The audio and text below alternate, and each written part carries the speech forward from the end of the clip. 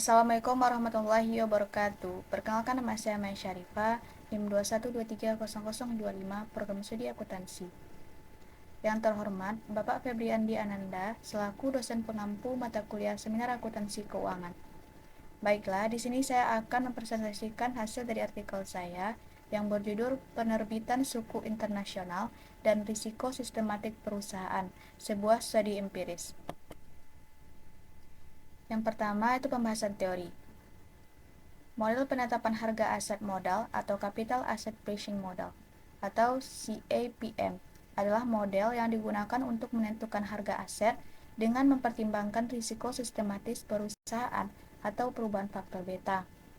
Faktor beta ini ditentukan dengan memvariasikan standar deviasi return saham perusahaan dan korelasi antara return saham dan return portofolio pasar. CAPM digunakan untuk menganalisis pengaruh penerbitan suku terhadap risiko sistematis perusahaan yang menerbitkannya.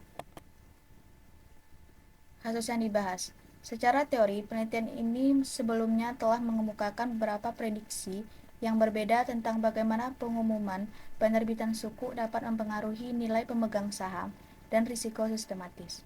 Beberapa studi teoritis dan empiris menyatakan bahwa pengumuman penerbitan suku dapat diinterpretasikan secara positif atau negatif oleh investor, yang dapat mengakibatkan deviasi standar pengembalian yang lebih tinggi dibandingkan pengumuman sebelum acara.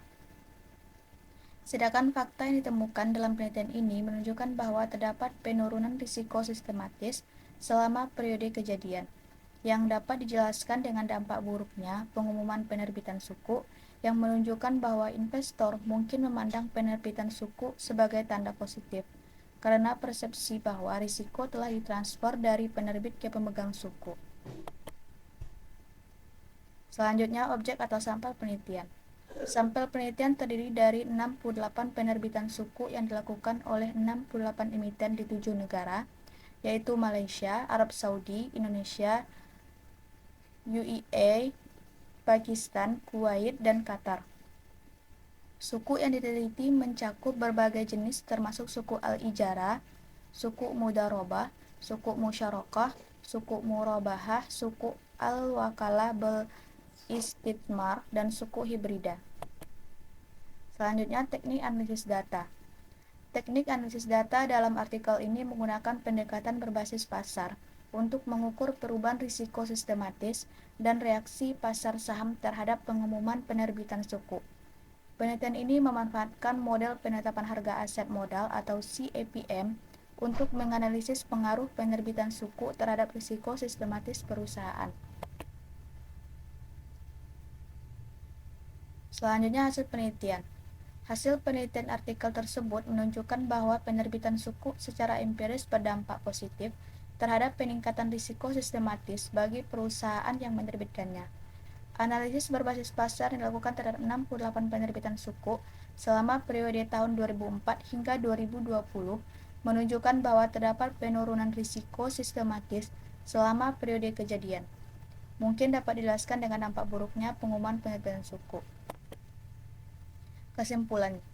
Kesimpulan dari artikel ini adalah bahwa penerbitan suku internasional mempunyai pengaruh positif terhadap peningkatan risiko sistematis bagi perusahaan yang menerbitkannya, yang memberikan bukti empiris internasional bahwa sekuritas suku berdampak pada risiko sistematis perusahaan. Baiklah, hanya itu yang dapat saya sampaikan. Bila ada kata salah, saya mohon maaf. Saya akhiri dengan wabillahi taufiq wal hidayah. Assalamualaikum warahmatullahi wabarakatuh.